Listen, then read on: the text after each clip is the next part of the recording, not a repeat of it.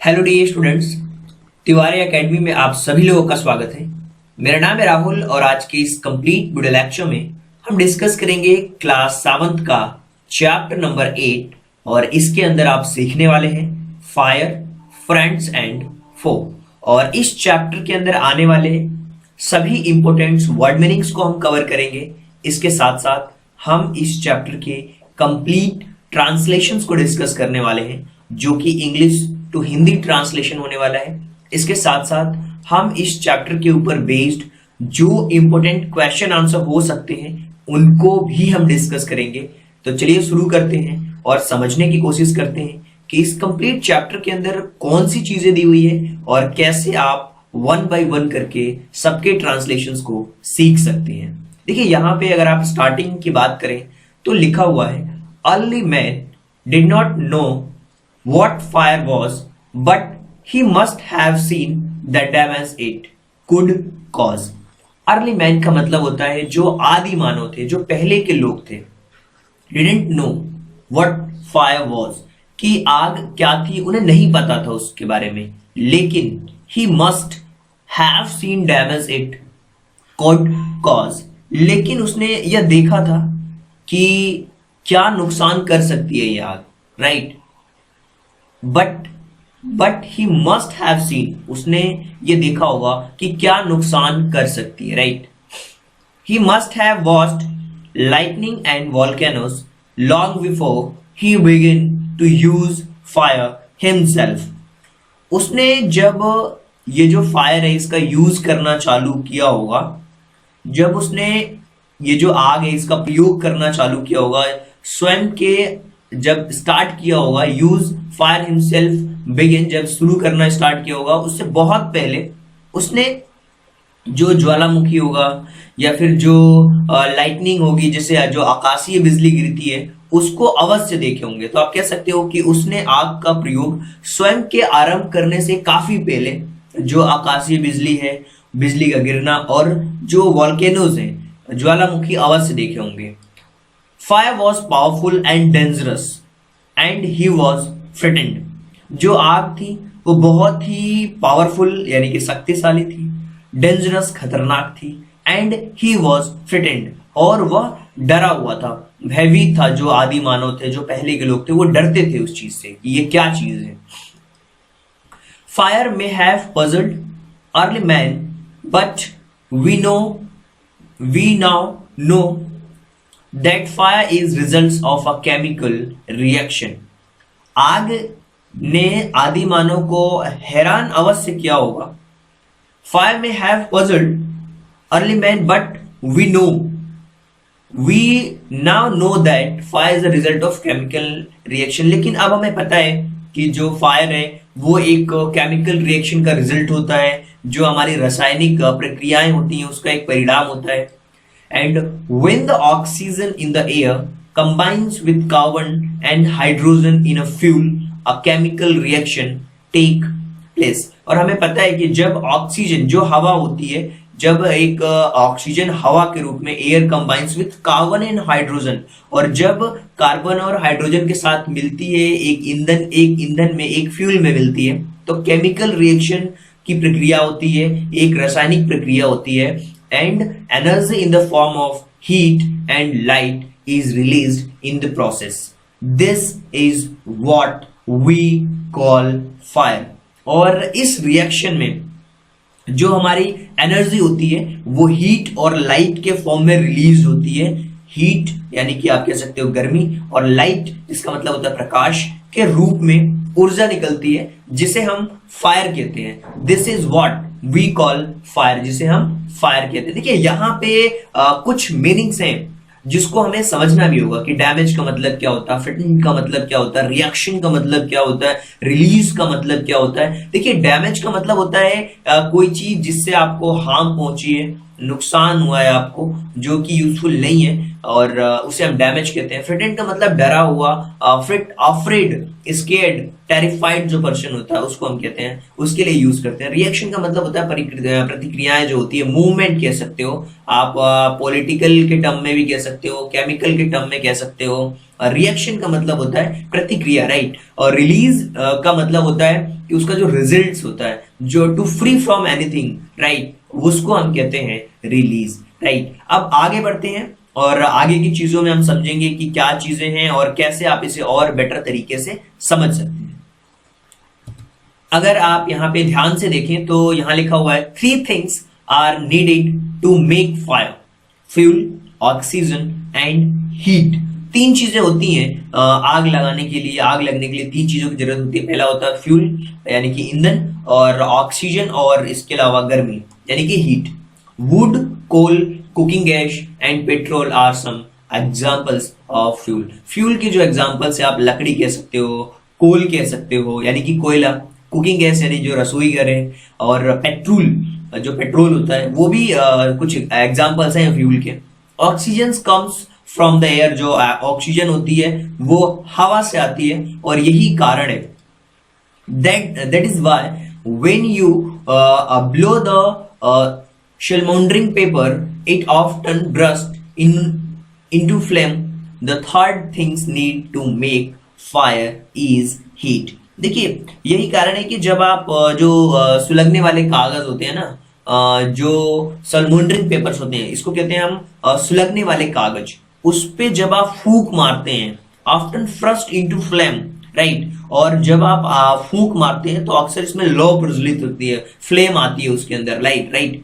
The third things is needed, और जो तीसरी चीज होती है जिसको जरूरत होती है आग लगाने के लिए, वो है गर्मी यानी कि हीट, उसकी जरूरत होती है। और इसको आपको पता होगा कि फ्यूल हुआ, ऑक्सीजन हुआ, do not make fire by themselves. जो फ्यूल हो गया और ऑक्सीजन हो गया, ये खुद से आग नहीं लगाते हैं, राइट, ये खुद आग नहीं बनाते हैं, वरना खुले में पड़ा कोई अखबार जल जाता या, राइट। और आप समझ सकते हो कि else newspaper and stick laying upon would catch fire it sound, जो लकड़ी पड़ा है, जो पेपर न्यूज़पेपर्स पड़े हो, ऑटोमेटिक उसके अंदर आग लग जाता है, राइट, वरना खुले में पड़ा कोई अखबार या फिर छड़ी अपने आप आग पकड़ लेती, बट ऐसा नहीं होता, right.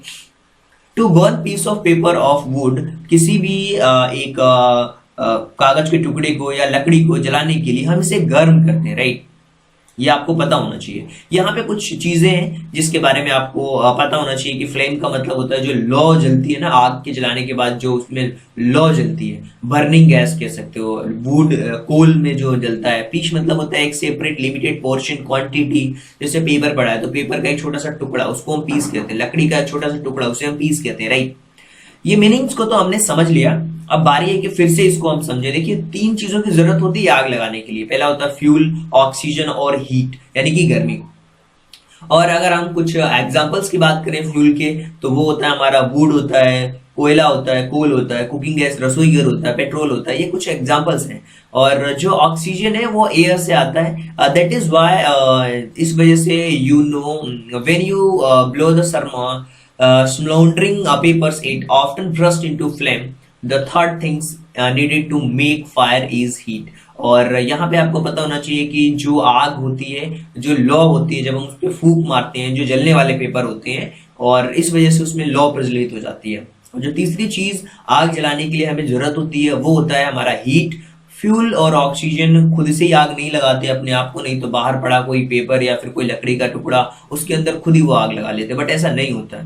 To burn piece of paper और वुड, किसी भी लकड़ी या पेपर को जलाने के लिए, we heat it before catch fire, उसको हमें क्या करना होता है, गर्म करना होता है ताकि वो उसमें आग पकड़ सके, right. We generally do it with the lightning match. Every fuel has particular temperature and at which is given to burn, right.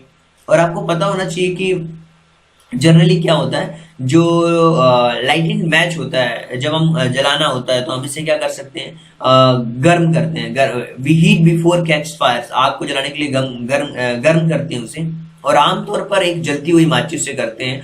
We generally do it with lighting match. Lighting match का मतलब होता है जलती हुई माचिस। Every fuel has a particular temperature at which it begin to burn. और अगर आपको बताओ कि हर जो फ्यूल है, हर जो ईंधन है, उसका एक स्पेशल टेम्परेचर होता है, एक पर्टिकुलर टेम्परेचर होता है जहां से वो जलना शुरू होता है, और इसी टेम्परेचर को हम फ्लैश पॉइंट या जलने वाला तापमान भी कहते हैं। At which is a begin to burn, इसी को हम क्या कहते हैं, जलने वाला तापमान भी हम कहते हैं। और आपको पता होना चाहिए कि this temperature is called flash point, और इसी टेम्परेचर को हम जलने वाला कहते हैं। Kindly temperature is called fuel, जिसको ईंधन भी कहा जाता है, जलने वाला ईंधन भी कहा जाता है, राइट। फ्लैश पॉइंट या जलने वाला तापमान भी कहा जाता है। ईंधन को हम फ्लैश पॉइंट या फिर काइंडली टेम्परेचर भी कहते हैं। It is sometimes said is a fire of good servant but bad master. इसको कहा जाता है कि जो आग होता है वो आपके लिए एक अच्छा सर्वेंट भी होता है और एक बहुत ही बुरा मालिक भी होता है। It is sometimes said a fire is a good servant, right. आप कह सकते हो कि आग एक अच्छा नौकर है लेकिन एक बुरा मालिक भी है, but a bad master. It only means that fire is very useful as long as is kept under control. आप कह सकते हो कि जब ये अच्छा नौकर है या अच्छा बुरा मालिक भी हो सकता है, इसका सिर्फ इतना सा अर्थ है कि जब तक आप इसे कंट्रोल में नहीं रखते, जब आप कंट्रोल में रखा जाता है तब ये बहुत उपयोगी होता है। It only means fire is useful as long as kept under control. ये तभी यूजफुल है जब आप इसे अपने कंट्रोल में रखते हैं, राइट। यहाँ पे कुछ मीनिंग्स हैं जिसको हम कवर करेंगे। कैचेस का मतलब होता है पकड़ना, ट्रैप, इंस्योर करना किसी चीज के बारे में। फ्यूल का मतलब होता है ईंधन, समथिंग दैट गिव्स नरिशमेंट, जिसको हम फ्यूल कहते हैं। कहते हैं ना कि यार आपको हमें फ्यूल की जरूरत है, बिना फ्यूल के तो हमारी गाड़ी भी नहीं चलती, राइट। हमारी जो कार है वो भी नहीं चलती। जो सर्वेंट होते हैं ना, सर्वेंट का मतलब होता है नौकर, और ये एक जो आगे वो एक अच्छा सर्वेंट हो सकता है आपके लिए। Person employed by a government कह सकते हो। नौकर का मतलब होता है जो हमारे कंट्रोल में रहता है, उसको हम नौकर कहते हैं, राइट। जो हमारी बात मानता है उसको हम नौकर कहते हैं, राइट। ये सारी चीजें एक बार फिर से हम इस पैसेज को समझना चाहेंगे कि आग को जलाने के लिए सबसे पहले हम गर्म करते हैं, और जनरली इसे गर्म किया जाता है एक लाइट माचिस के थ्रू, जलती हुई माचिस के थ्रू। और हर जो फ्यूल होता है वो एक पर्टिकुलर टेम्परेचर पे जलना स्टार्ट होता है, और इसी टेम्परेचर को हम फ्लैश पॉइंट या फिर काइंडलिंग टेम्परेचर ऑफ फ्यूल कहते हैं। और समटाइम्स ये फायर हमारे लिए एक अच्छा नौकर भी है, तो कभी कभी एक बुरा मालिक भी हो सकता है। इसका मतलब ये हुआ कि जब हम यूजफुल तब है जब हम इसे अपने कंट्रोल में रखते हैं, राइट। आगे बढ़ते हैं। और for instance we use it to cook our food and warm our houses in winter, to generate electricity. और उदाहरण के लिए आप कह सकते हो कि इसका जो यूज है, हम अपने भोजन को बनाने के लिए, भोजन पकाने के लिए, अपने घरों को गर्म करने के लिए, सर्दियों में घरों को गर्म करने के लिए, और टू जनरेट इलेक्ट्रिसिटी, और बिजली पैदा करने के लिए हम यूज करते हैं। But other and it fires goes control can it be very dangerous. लेकिन अगर आप ये जो आपकी आग है जो अगर नियंत्रण से बाहर चली जाती है तो बहुत खतरनाक हो सकती है, right. It fires get out control, it's can be very dangerous, ये बहुत खतरनाक हो सकती है। And each year thousands of homes and shops are damaged by fire. और आप कह सकते हो कि हर साल आग से हजारों घरों और दुकानों को नुकसान पहुंचता है। Each year thousands of homes and shops are damaged by fires. हजारों घरों और दुकानों को नुकसान पहुंचता है।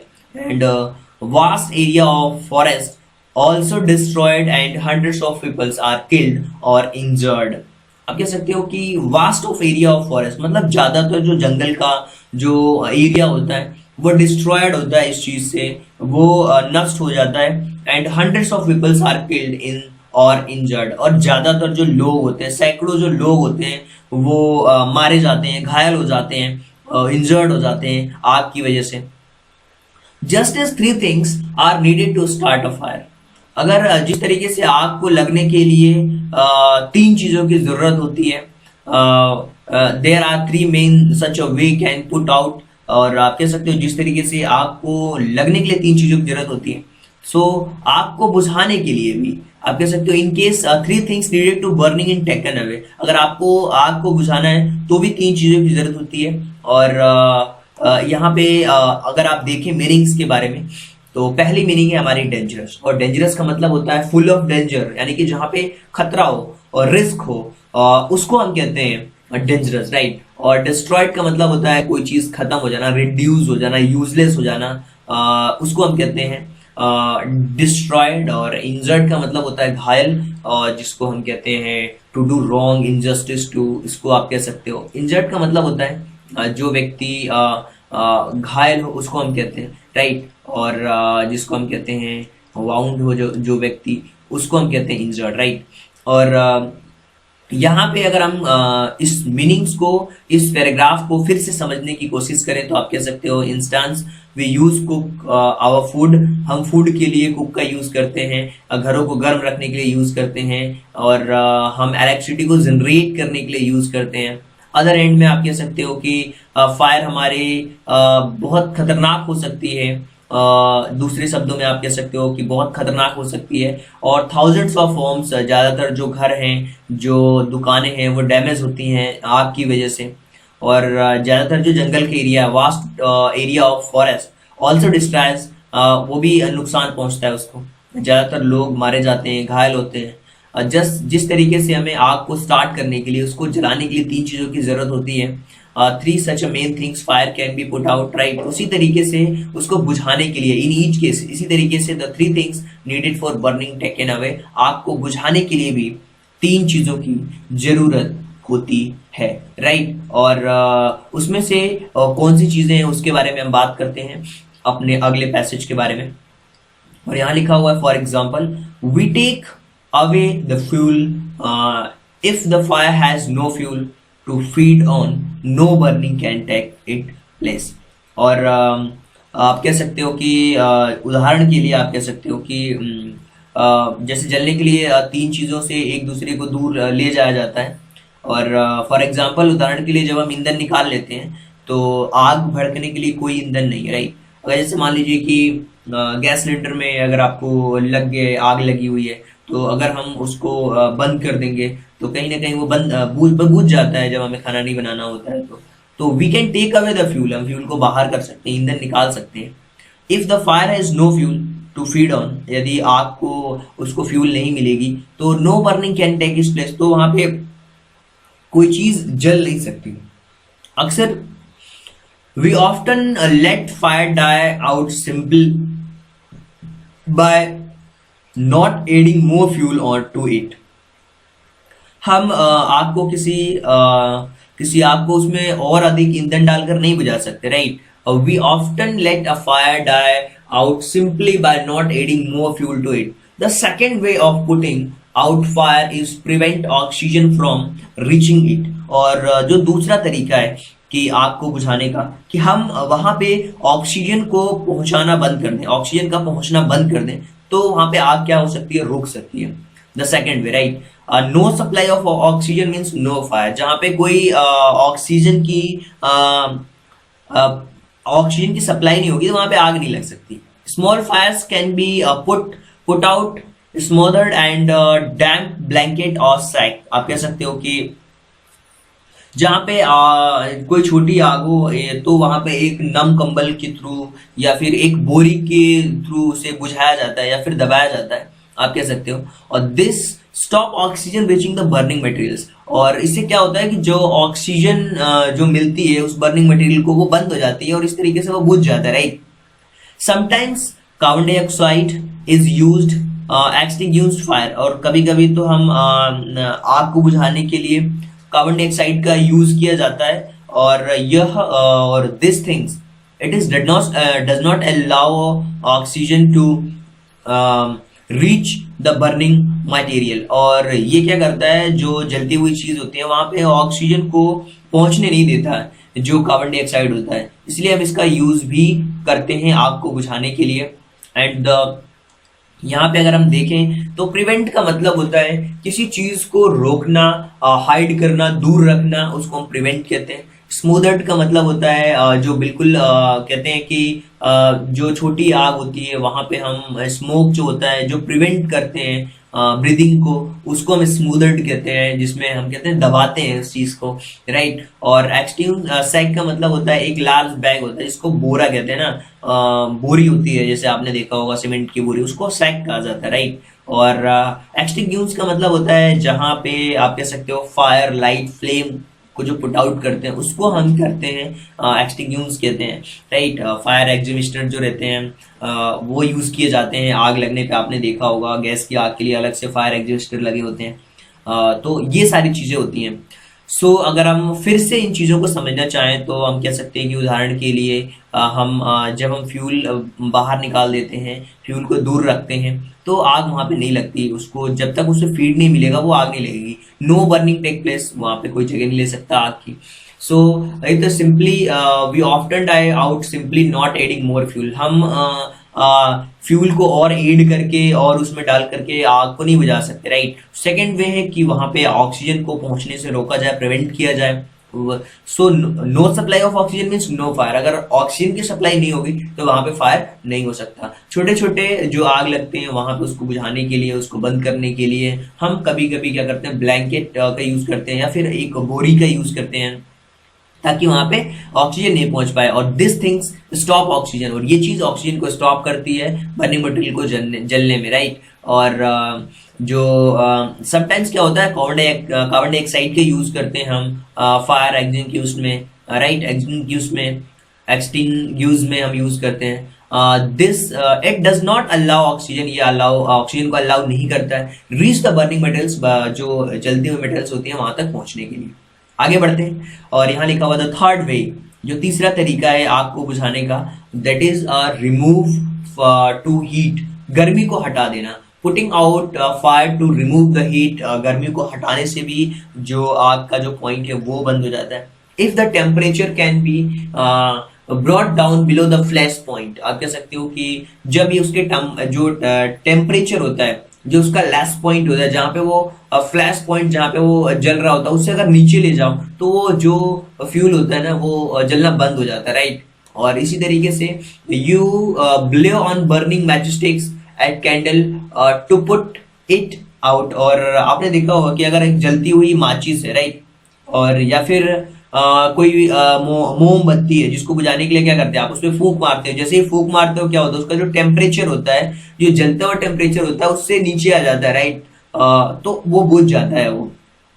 और क्या होता है कि ऐसा करने से, in doing so you remove the hot air around the flame, और जो आग के चारों तरफ एक जो गर्म हवा जो रहती है उसको आप हटा देते हो अपनी फूंक से।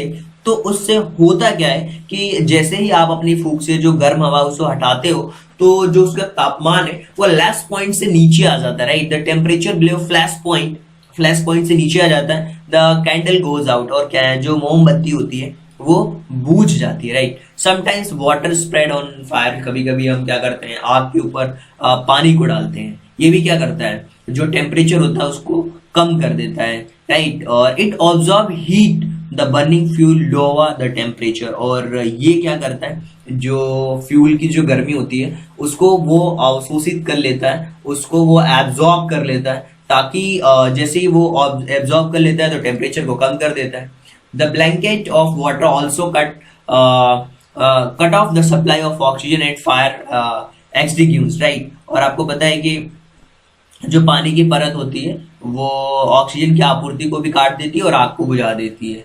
जो पानी की परत होती है, जो ऊपरी परत होती है पानी की, वो क्या करती है, वो सब ऑक्सीजन को कट कर देती है और फायर को बुझा देती है, राइट। और इस तरीके से आप कह सकते हो कि यहाँ पे हमें कुछ मीनिंग्स मिली हुई हैं, और इन मीनिंग्स में हमने कुछ चीजें देखी, जैसे कि टेम्परेचर का मतलब होता है degree of heat. Living body normally आप कह सकते हो टेम्परेचर कितना होता है हमारे बॉडी का अलग होता है, 37.8 फॉरेनहाइट होता है, आई थिंक, या डिग्री सेल्सियस होता है, वॉट एवर जो भी हो, 98 पॉइंट समथिंग होता है फॉरेनहाइट डिग्री सेल्सियस में। वो टेम्परेचर का मतलब होता है तापमान, राइट। और तापमान भी इम्पोर्टेंट रोल प्ले करता है काफी। और इसके अलावा फ्लेम का मतलब होता है आग, जो लौ जलती है उसको हम कहते हैं। स्प्रेड का मतलब होता है छिड़काव करना किसी चीज के बारे में, वाटर हो सकता है, लिक्विड कोई सा हो सकता है, और जिसे हम ड्रॉपलेट्स डालते हैं, मतलब पानी की जो बूंदें होती है उनका छिड़काव आप कह सकते हो। और ब्लैंकेट का मतलब होता है कि एक सिमिलर पीस ऑफ फैब्रिक जो यूज करते हैं किसी चीज को ढकने के लिए, तो यहाँ पे यूज किया गया वो पानी की परत के लिए यूज किया गया ब्लैंकेट का मतलब, right.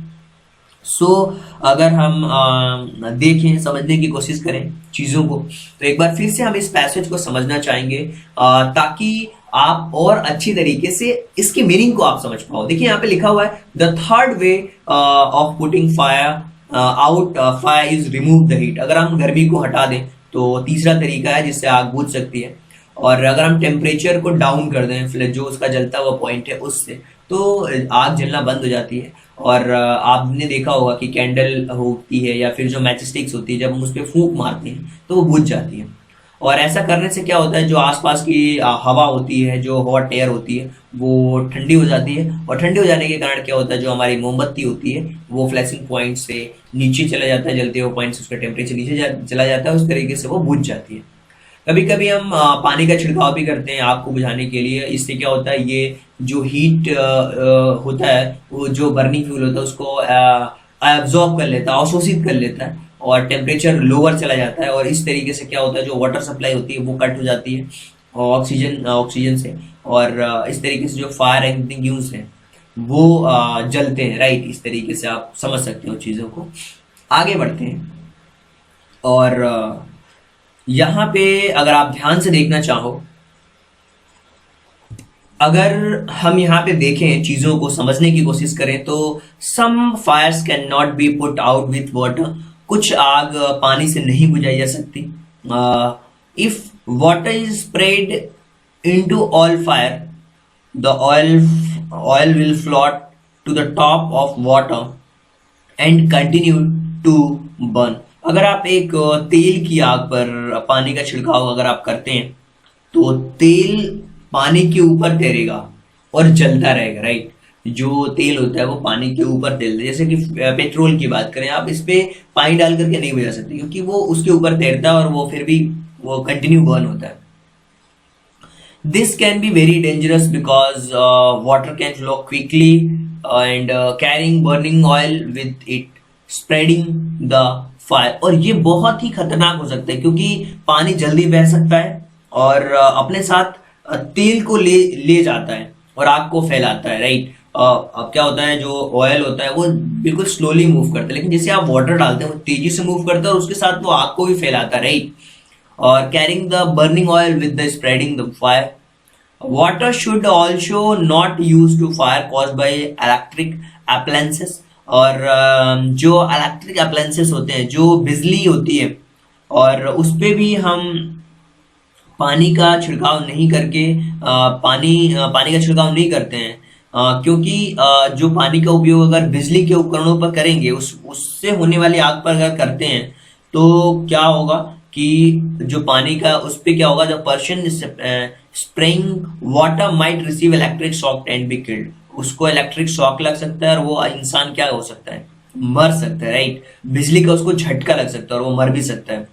The carbon dioxide extinguisher is best things to fight electric fires. वहां पे हम कार्बन डाइऑक्साइड का यूज करते हैं और बिजली को बुझाने का ये सर्वश्रेष्ठ तरीका है।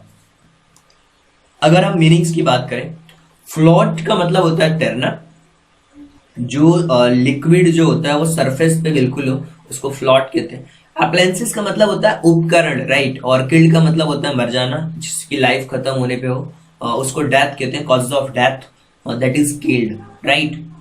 अगर हम इस कंप्लीट पैसेज को समझने की कोशिश करें, तो आप कह सकते हैं कि कुछ आग ऐसी होती है जिनको हम पानी से नहीं बुझा सकते, put out with can not be put out with water, right. और जब हम पानी का छिड़काव करते हैं, जो ऑयल के ऊपर अगर आग लगी हो, तो वो क्या करता है, वो उसके टॉप लेयर पे रहता है और कंटिन्यू उस पे आग जलती रहती है, क्योंकि वो फ्लोट होता रहता है।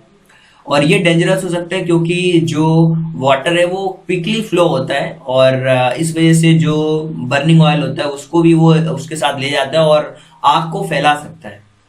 Water should not use fire cause by electric appliances. जो इलेक्ट्रिक अप्लायंसेस होते हैं उन पे भी हम पानी का छिड़काव करके आग को नहीं बुझा सकते।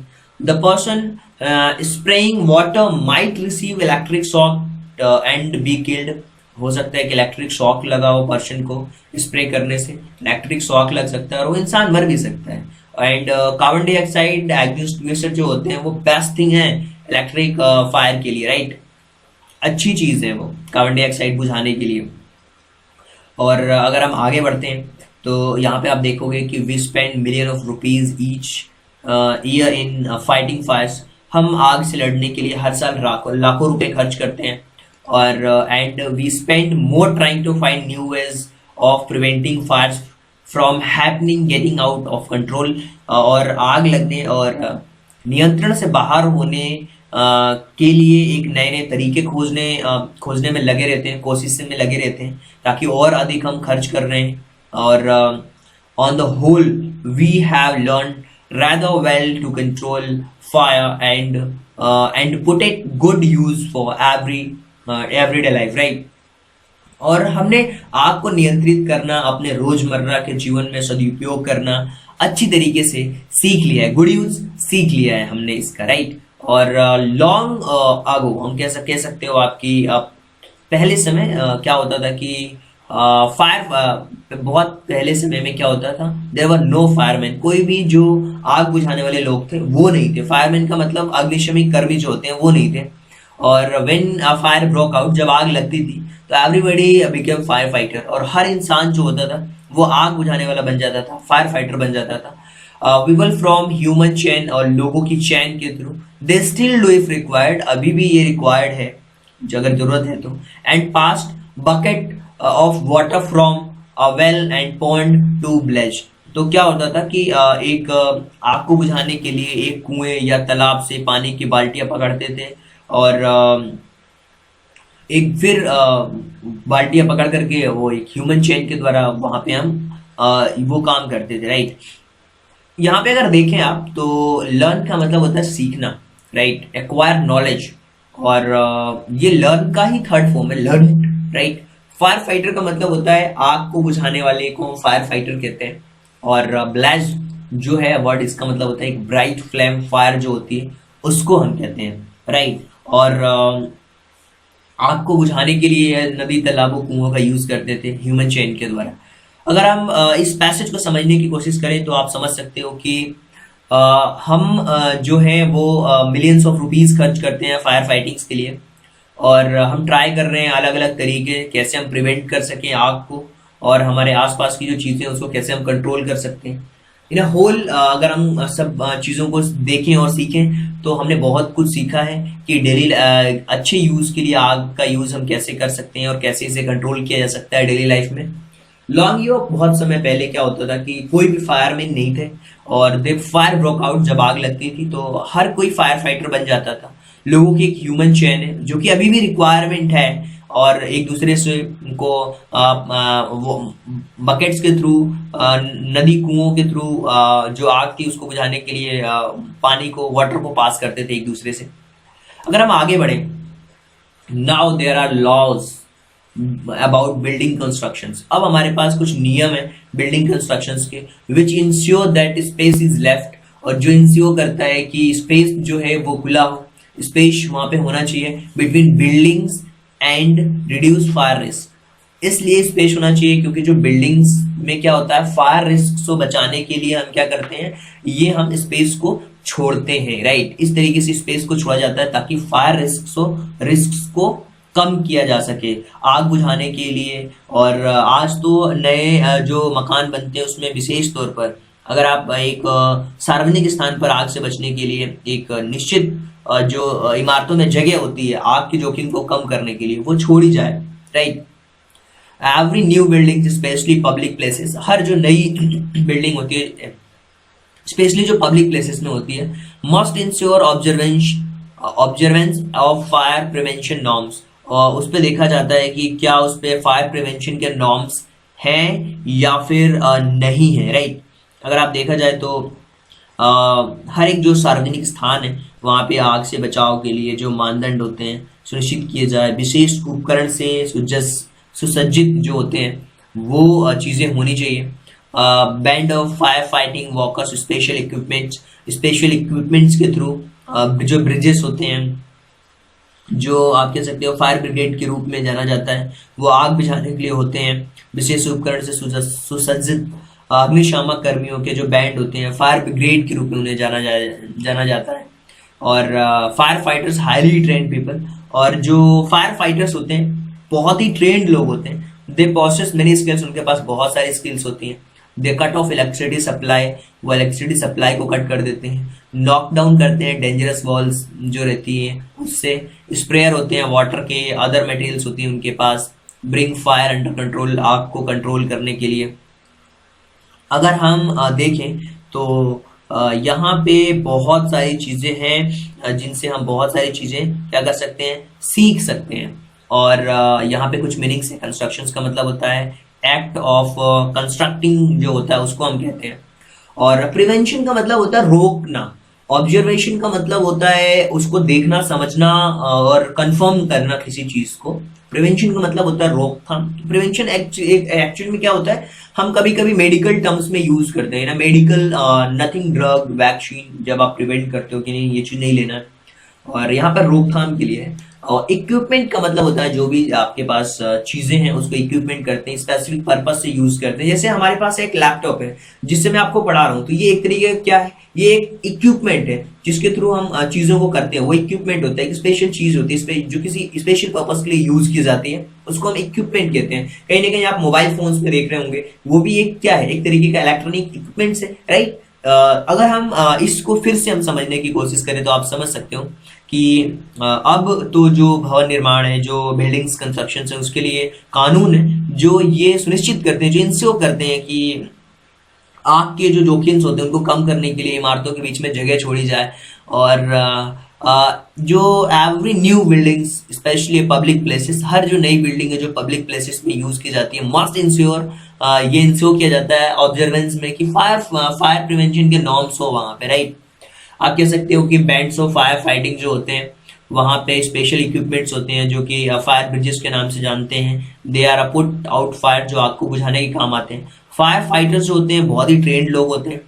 दे प्रोसेस मेनी स्किल्स, उनके पास बहुत सारी स्किल्स होती हैं। इलेक्ट्रिसिटी सप्लाई को कट करना, जो डेंजरस वॉल्स होती है उनको देखना, राइट, और खतरनाक दीवारों को नीचे गिराना, और पानी और अन्य चीजों का उसके ऊपर छिड़काव करना ताकि वो कंट्रोल में आ सके।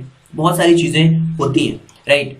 अगर हम आगे बढ़े और देखें यहाँ पे, तो यहाँ पे अगले पैसेज में लिखा हुआ है कि they are also trained in the first aid so that they can help people suffering from burns from the effects of smokes.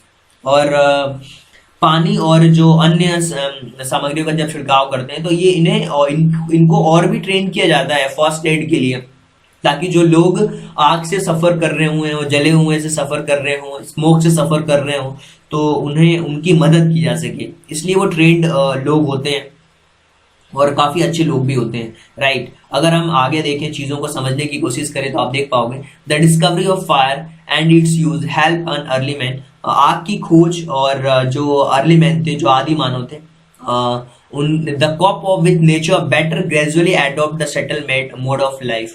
जो आग की खोज है और उसके जो उपयोग है, जो आदि मानव थे वो उन्होंने नेचर के साथ मिल करके एक नेचर के साथ मिल करके आप कह सकते हो, कॉप विथ नेचर बेटर, अच्छी तरीके से उन्होंने एडॉप्ट किया और अपनी लाइफ को एक धीरे धीरे और अच्छा बनाया। एक कह सकते हो एडॉप्टिव लाइफ बनाई, सेटल मोड लाइफ बनाई।